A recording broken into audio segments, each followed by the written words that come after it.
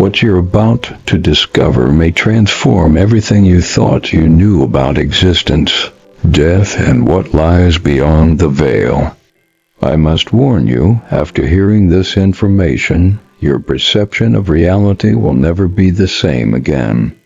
For over 2,000 years, a sacred knowledge has been carefully guarded, passed down through secret initiations, hidden in cryptic manuscripts, and whispered only to those deemed worthy.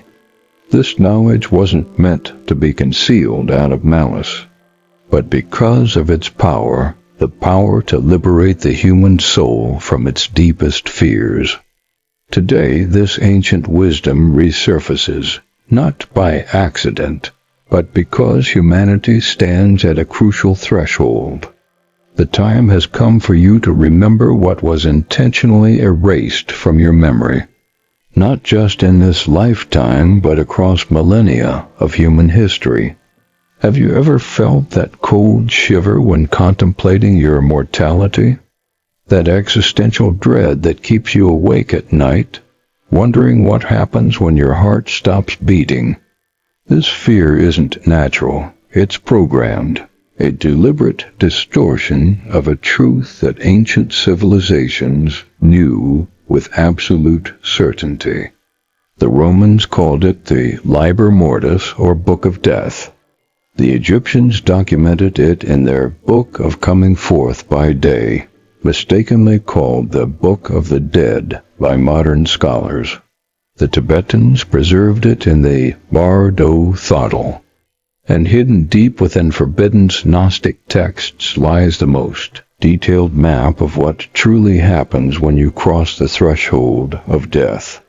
These aren't myths or fairy tales meant to comfort the living. They are precise instructions, cosmic maps drawn by those who remembered their journeys beyond the physical realm and returned to tell about it. Close your eyes for a moment and ask yourself, have I been living in fear of something I don't understand? Have I been mourning loved ones who aren't really gone? Am I afraid of a journey that might actually be the most profound awakening of my existence? The truth about death has been hidden, not to protect you, but to control you. Because a person who no longer fears death can no longer be manipulated through that fear. They become truly free. Are you ready to remember what your soul already knows? Are you prepared to face the truth about the greatest journey your consciousness will ever take? Part 1. The Ancient Discovery. The story begins not with death, but with life specifically, with an extraordinary discovery made around 50 CE. In a small settlement near what is now the border between Egypt and Israel. A group of Essene mystics, cousins to the more famous Qumran community that produced the Dead Sea Scrolls, had spent generations compiling knowledge from Egyptian mystery schools, Babylonian astronomers, Greek philosophers, and Jewish mystical traditions. Unlike their contemporaries who focused on religious law and prophecy, these mystics were obsessed with one question: what happens to consciousness after the body dies? They weren't satisfied with vague promises of paradise or threats of punishment.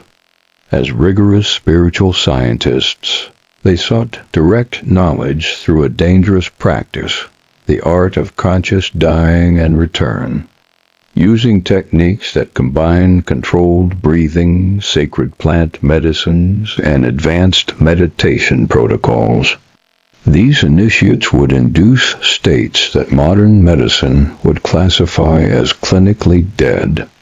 Their heart rates would slow to nearly imperceptible levels, body temperature would drop dramatically, and their brain waves would shift into patterns now associated with deep coma. But unlike those in accidental near-death experiences, these practitioners maintained full awareness throughout the process. With meticulous training, they could navigate the stages of consciousness separation from the physical body. explore the realms beyond, and, most critically, return with intact memories of their experiences. The manuscript they produced, known as the Codex Transitum or Book of Crossing, detailed with astonishing precision the stages of consciousness after physical death.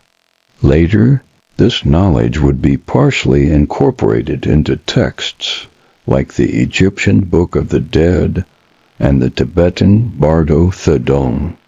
But much of the original clarity was lost in translation or deliberately obscured to prevent misuse. What makes this discovery so revolutionary wasn't just its detail, but its consistency. Initiates from different backgrounds, speaking different languages, with different religious beliefs, all reported virtually identical experiences of the afterlife journey. The statistical impossibility of such consensus points to one conclusion: they weren't creating mythology. They were mapping reality. This knowledge was deemed so powerful and potentially destabilizing to religious and political authority that in 391 CE, when Emperor Theodosius I ordered the destruction of non-Christian temples and texts throughout the Roman Empire, the Codex Transitum was among the primary targets. The original manuscript was reportedly burned in the destruction of the Library of Alexandria, but as often happens with profound truth, fragments survived. Copies were hidden in remote monasteries, key passages were memorized and transmitted orally, and certain mystical traditions incorporated elements into their esoteric teachings without revealing their source. For nearly 2 millennia, this knowledge remained in the shadows, with only occasional glimpses appearing in the writings of mystics like Meister Eckhart, Teresa of Avila, or the Sufi poet Rumi, who wrote "Death is our wedding with eternity." But now, through painstaking academic work, archaeological discoveries, and a comparative study of mystical traditions worldwide, we can piece together the original wisdom of the Codex Transitum and reveal what truly happens when you die. And I must warn you, it is nothing like the simplistic heaven or hell narrative that has dominated Western thought for centuries. It is both more complex and more liberating than anything you've been taught to believe. Part 2. The 7 Phases of Transition. According to the ancient Codex Transitum, the journey of consciousness after physical death unfolds through 7 distinct phases, each with its own challenges, revelations, and purpose. Understanding these phases isn't just academic. It's the map you'll need for the most important journey your consciousness will ever undertake. The first phase, liberation. The initial moments after death are characterized by a profound sense of relief and expansion. The Codex describes it as the bird freed from its cage. Physical pain instantly ceases, and consciousness experiences a dramatic expansion beyond the confines of the body. Many modern near-death experiencers report floating above their bodies, watching medical teams attempting resuscitation, or moving through hospital hallways, all while feeling an unusual clarity and calm. This matches perfectly with the Codex's description of the first phase. What's happening energetically is that your consciousness, no longer bound by the limitations of physical senses, returns to its natural state of expanded awareness. You don't lose your identity or memories, quite the opposite. You remember more, see more, and understand more than was possible while filtered through the dense matter of the brain. The second phase, the life panorama. Within what feels like moments, consciousness enters what the Codex calls the Hall of Mirrors. Here you experience your entire life in a panoramic review, not as a detached observer, but by re-experiencing every moment simultaneously. This isn't a judgment or punishment as later religious interpretations would claim. It's a comprehensive integration of your life experiences. You feel not only your own emotions, but also how your actions affected others. You feel the pain you caused and the joy you created. You understand the ripple effects of choices you made, seeing the invisible connections between seemingly unrelated events. Modern NDEs consistently report this life review as one of the most profound aspects of the experience, describing it as watching and feeling every moment of my life simultaneously, but from all perspectives involved. The Codex explains that this phase serves to distill the wisdom from your life experience, separating the eternal lessons from the temporary circumstances. It's not about reward or punishment, but about cosmic understanding and integration of experience. The third phase, the light encounter.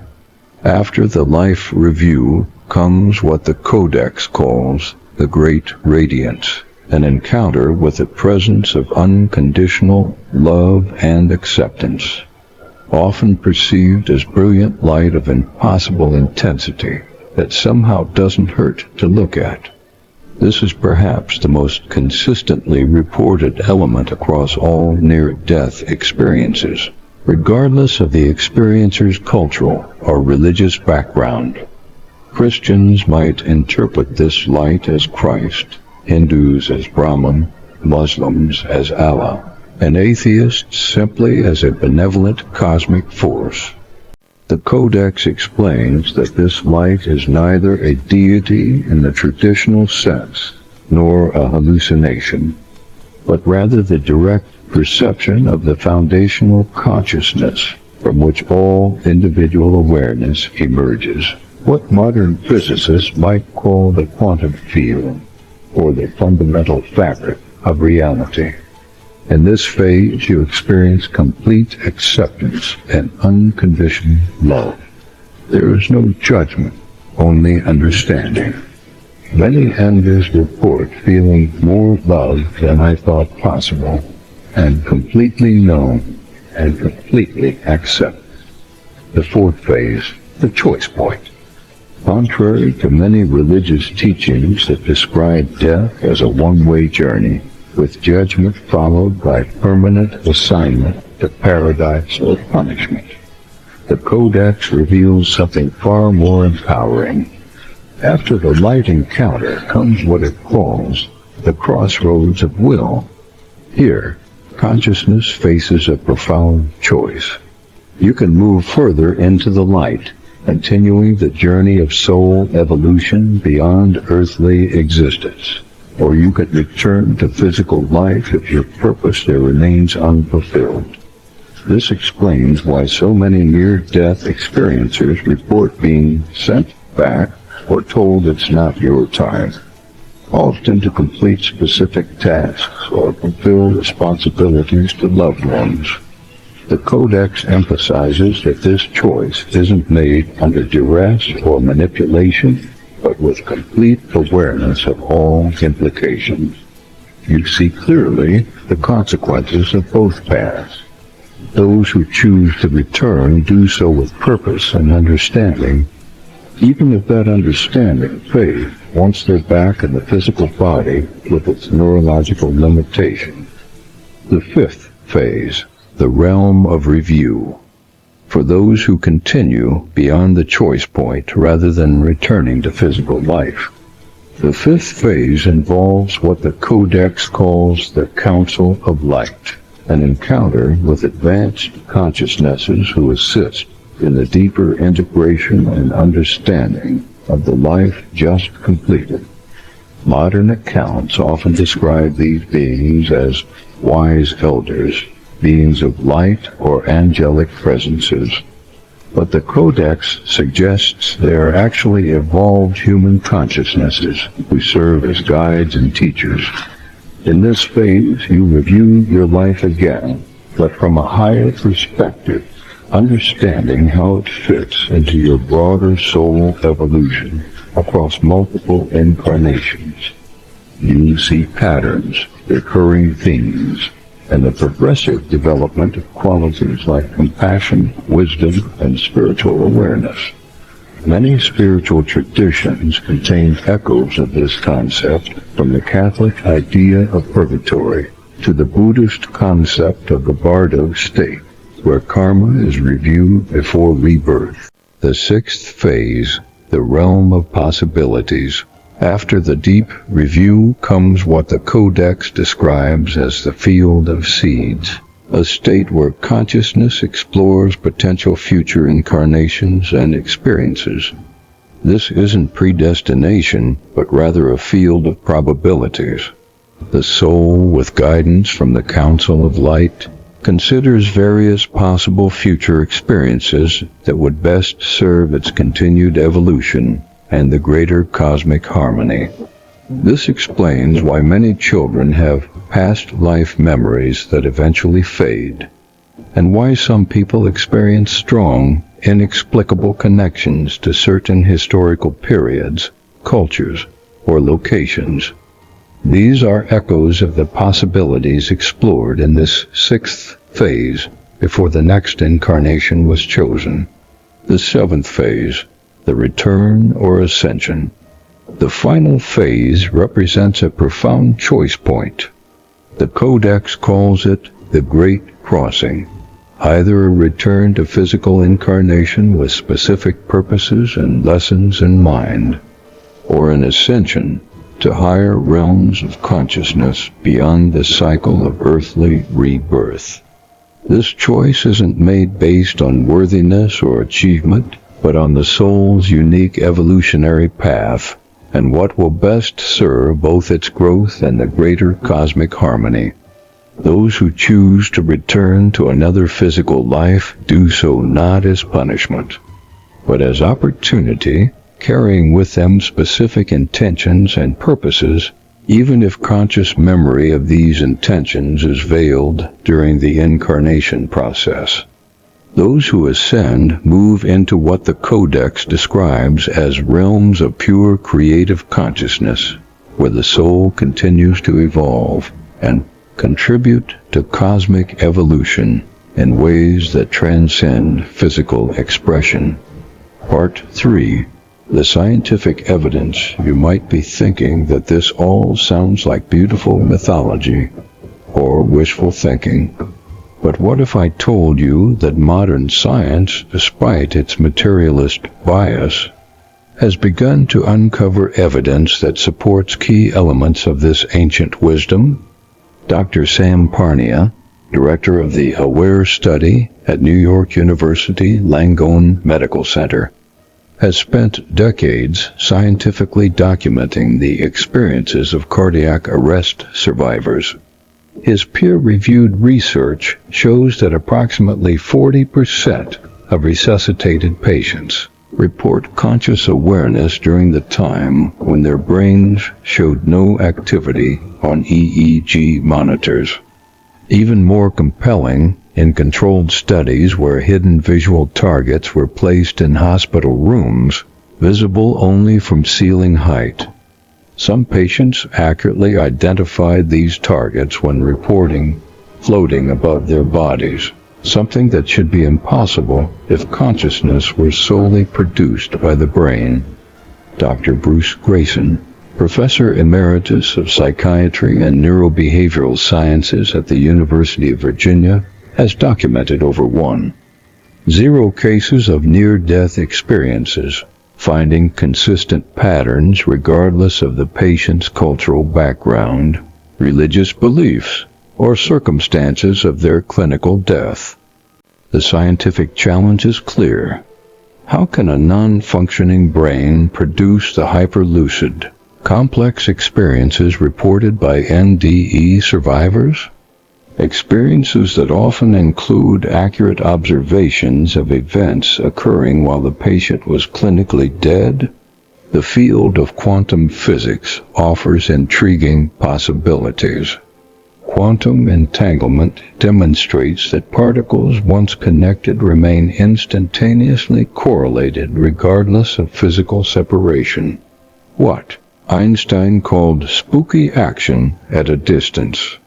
If consciousness operates on quantum principles rather than classical ones, it might not be bound by the physical limitations of the brain. Dr. Stuart Hameroff and Sir Roger Penrose, in their orchestrated objective reduction theory, propose that consciousness arises from quantum computations in microtubules within brain neurons. These quantum processes could potentially connect to a more fundamental level of reality, allowing consciousness to exist independent of the physical brain under certain conditions. Recent research in neuroplasticity has shattered the materialist dogma that the brain is a static organ. We now know the brain constantly rewires itself based on thoughts, experiences, and even expectations. This suggests the relationship between mind and brain might be more reciprocal than previously thought. The mind shaping the brain as much as the brain enabling the mind.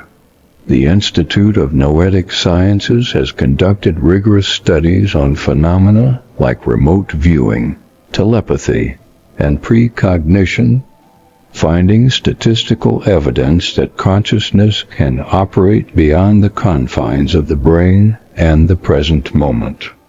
These abilities make perfect sense if consciousness is fundamentally non-local, as the ancient wisdom suggests.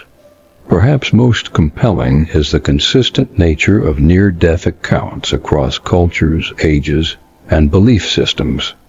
A Christian child in rural America, a Buddhist monk in Tibet, and an atheist professor in Europe report strikingly similar core elements in their NDEs. Despite having no prior knowledge of the phenomenon or contact with others who've experienced it, while none of this constitutes definitive proof by current scientific standards, the convergence of these research vectors suggests we're approaching a paradigm shift in our understanding of consciousness, one that bridges the ancient wisdom of the Codex Transitum with a new science of consciousness that transcends pure materialism. As the physicist Max Planck, founder of quantum theory, stated, "I regard consciousness as fundamental. I regard matter as derivative from consciousness. We cannot get behind consciousness. Everything that we talk about, everything that we regard as existing, postulates consciousness. The ancient wisdom isn't being disproven by science. It's being rediscovered through new lenses and methodologies as we expand our understanding of the nature of reality itself." Part 4. The Life-Changing Implications Understanding. What truly happens after death isn't just fascinating knowledge. It's transformative wisdom that can radically change how you live right now. First, the fear of death dissolves. When you understand that death is not an end but a transition, that your consciousness continues and evolves, the existential dread that haunts so many lives simply fades away. Imagine living without this fundamental fear. How much energy would be freed up for truly living? The Codex explains that fear of death is the root of all other fears. When you fear death, you fear loss, change, uncertainty, and pain. When death is understood as a doorway rather than an ending, these secondary fears lose their power. Second, your perspective on time transforms. When you realize that your current lifetime is just one chapter in a much longer story, the urgent anxieties of daily life take on different proportions. Traffic jams, work deadlines, and petty conflicts no longer seem so overwhelming when viewed through the lens of soul evolution. This doesn't mean disengaging from life, quite the opposite. It means engaging more deeply, but with the wisdom to distinguish between what serves your soul's evolution and what merely distracts from it. Third, your relationships deepen. The Codex emphasizes that souls travel together through multiple incarnations, playing different roles in each other's development. Your child might have been your parent in a previous life. Your enemy might be one of your greatest teachers. Your romantic partner might be a soul you've danced with across centuries. When you recognize these deeper connections, you approach relationships with more compassion, curiosity, and forgiveness. You understand that challenging relationships often offer the most profound opportunities for soul growth. Fourth, your sense of purpose clarifies. According to the ancient wisdom, each incarnation is undertaken with specific intentions and lessons in mind. When you align with your soul's deeper purposes, which often reveal themselves through persistent interests, recurring dreams, and situations that evoke your greatest passion, you experience flow, meaning, and an almost magical synchronicity in your life. Many people sense they have a calling or purpose, but struggle to identify it amid social pressures and expectations. The Codex suggests that your true purpose often lies at the intersection of what brings you joy, what you're naturally good at, what challenges you to grow, and what serves others. Fifth, your approach to suffering transforms. The ancient wisdom doesn't promise a life without pain, but it offers a profound reframing of difficulty. Challenges, losses, and even tragedies are seen not as random cruelties or divine punishments, but as catalysts for soul evolution. The Codex specifically addresses suffering as the chisel that sculpts wisdom from the marble of experience.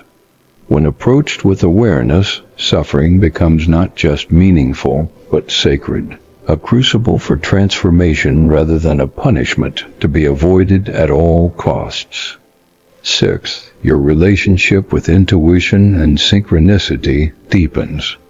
The ancient wisdom explains that even while incarnated in physical form, your consciousness remains connected to its larger field. Intuition isn't mystical magic. It's the voice of your expanded consciousness speaking through the limited channels of physical awareness. When you learn to recognize and trust this guidance, life takes on an almost orchestrated quality. Meaningful coincidences increase, and you find yourself in the right place at the right time with increasing frequency.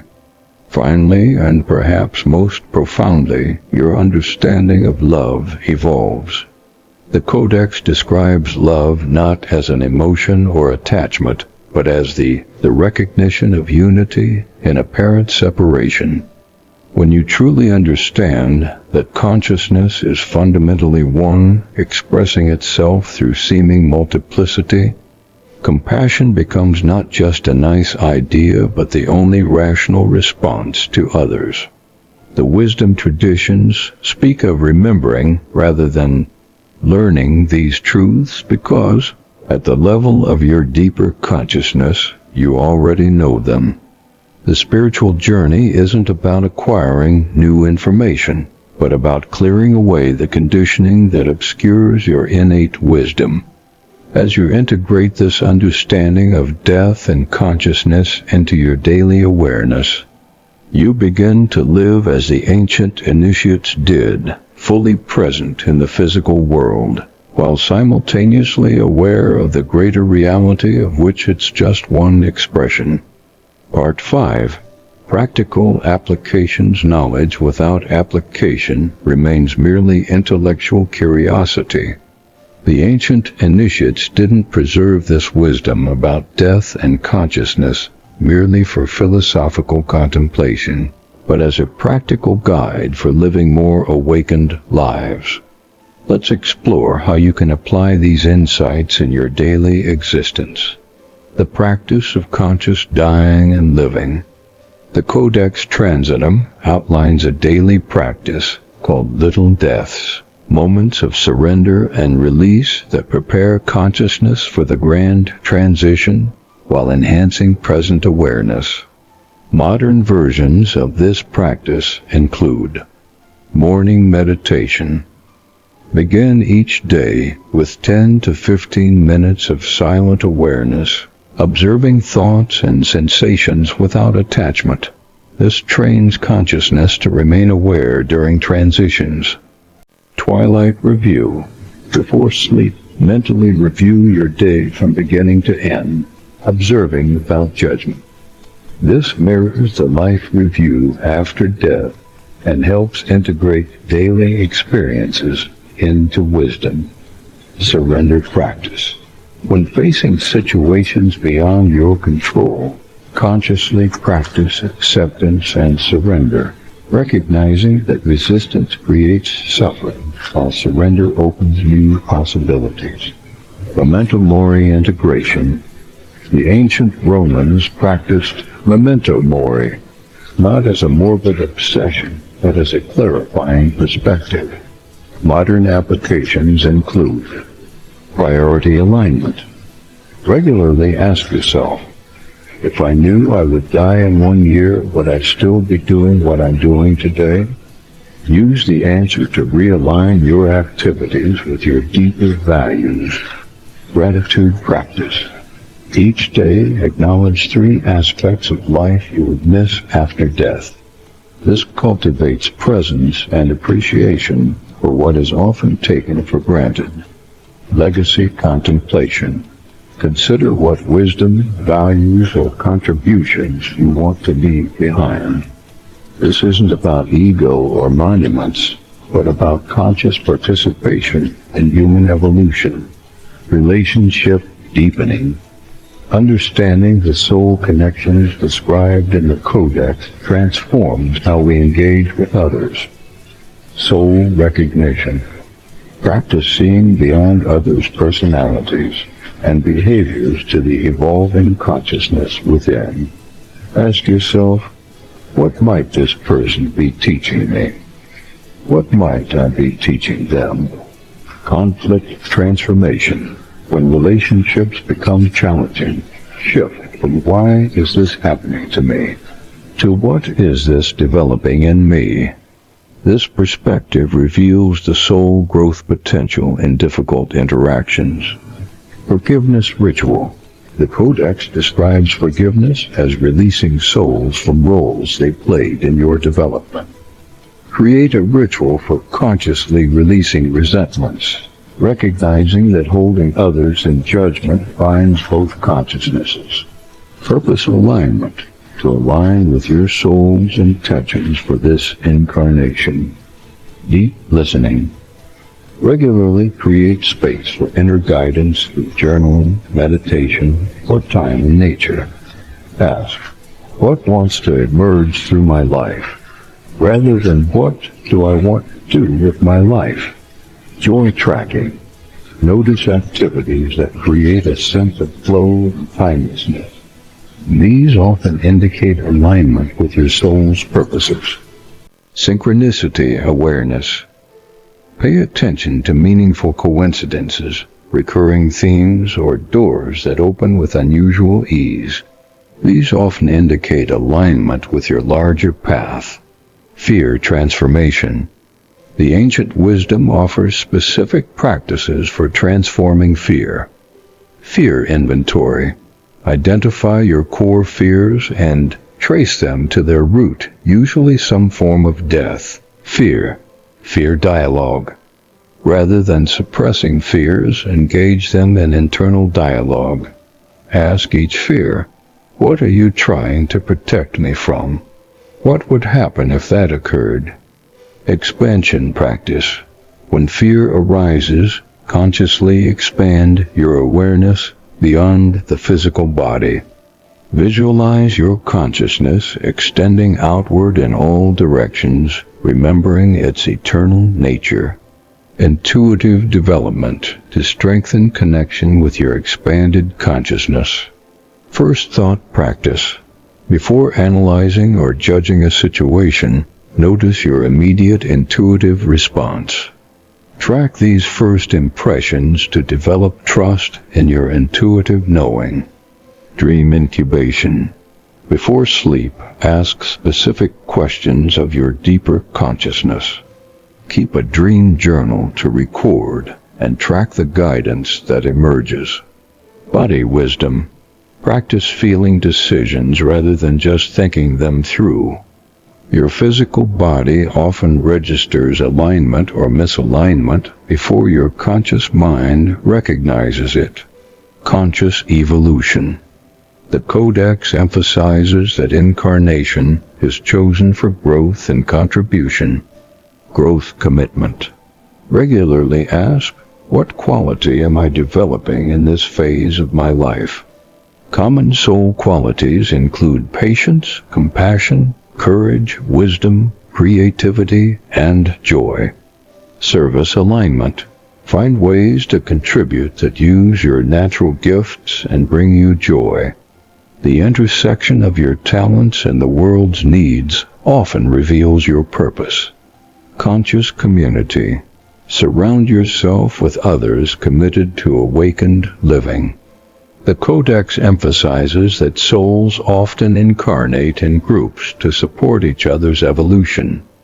These practices, adapted from ancient wisdom for modern life, aren't about escaping the world, but engaging it more consciously. As you integrate them, the boundaries between living and dying, between the physical and spiritual, gradually dissolve into a unified experience of conscious evolution. Part 6. Beyond Fear. The Ultimate Freedom. We've explored the ancient map of consciousness after death, examined modern scientific evidence supporting it, considered its life-changing implications, and discussed practical applications. Now let's address the most profound question. Why was this knowledge hidden?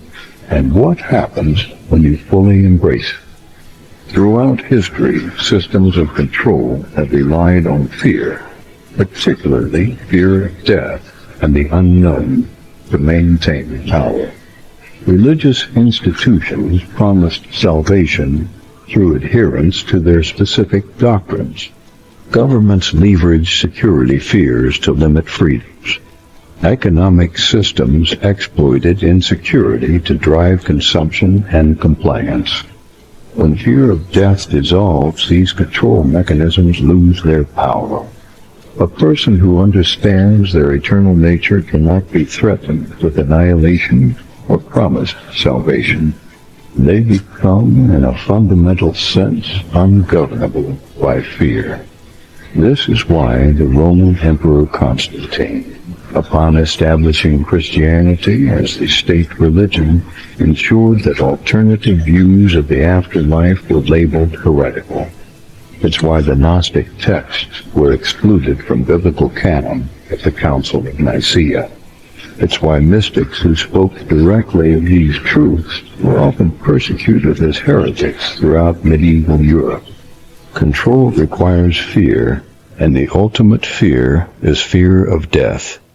Those who liberate themselves from this fear become truly free, spiritually, psychologically, and socially. But this freedom comes with responsibility. The Codex warns that premature exposure to these truths without proper ethical development can lead to nihilism or narcissism. If death isn't final and consciousness continues, some might conclude that actions in this life don't matter, missing the deeper understanding that all actions have consequences for soul evolution. even if not in the simplistic reward-punishment framework of conventional religion. This is why authentic mystery schools throughout history required ethical preparation before revealing the deeper teachings about consciousness and death. Not to be elitist, but to ensure the wisdom would be used for evolution rather than exploitation. The ultimate freedom comes when you realize that you are not a physical being having occasional spiritual experiences, but a spiritual consciousness having a temporary physical experience. This realization doesn't diminish the importance of earthly life. It sanctifies it as a precious opportunity for evolution and contribution. With this understanding, you become what the ancient traditions called twice born, first from your mother's womb into physical existence, and then from the cocoon of limited identity into expanded awareness. You live simultaneously in two worlds, fully engaged in physical life while conscious of your eternal nature. This dual awareness transforms how you experience everything. Challenges become opportunities for growth rather than punishments or bad luck. Relationships become sacred agreements for mutual evolution. Work becomes service and creative expression rather than mere survival. Time becomes a medium for experience rather than a dwindling resource. Death becomes a transition rather than an ending. Perhaps most profoundly, this understanding reveals that you are never truly separated from those you love. The bonds between souls transcend physical existence. Those who have crossed before you remain connected, often more directly than when limited by physical form.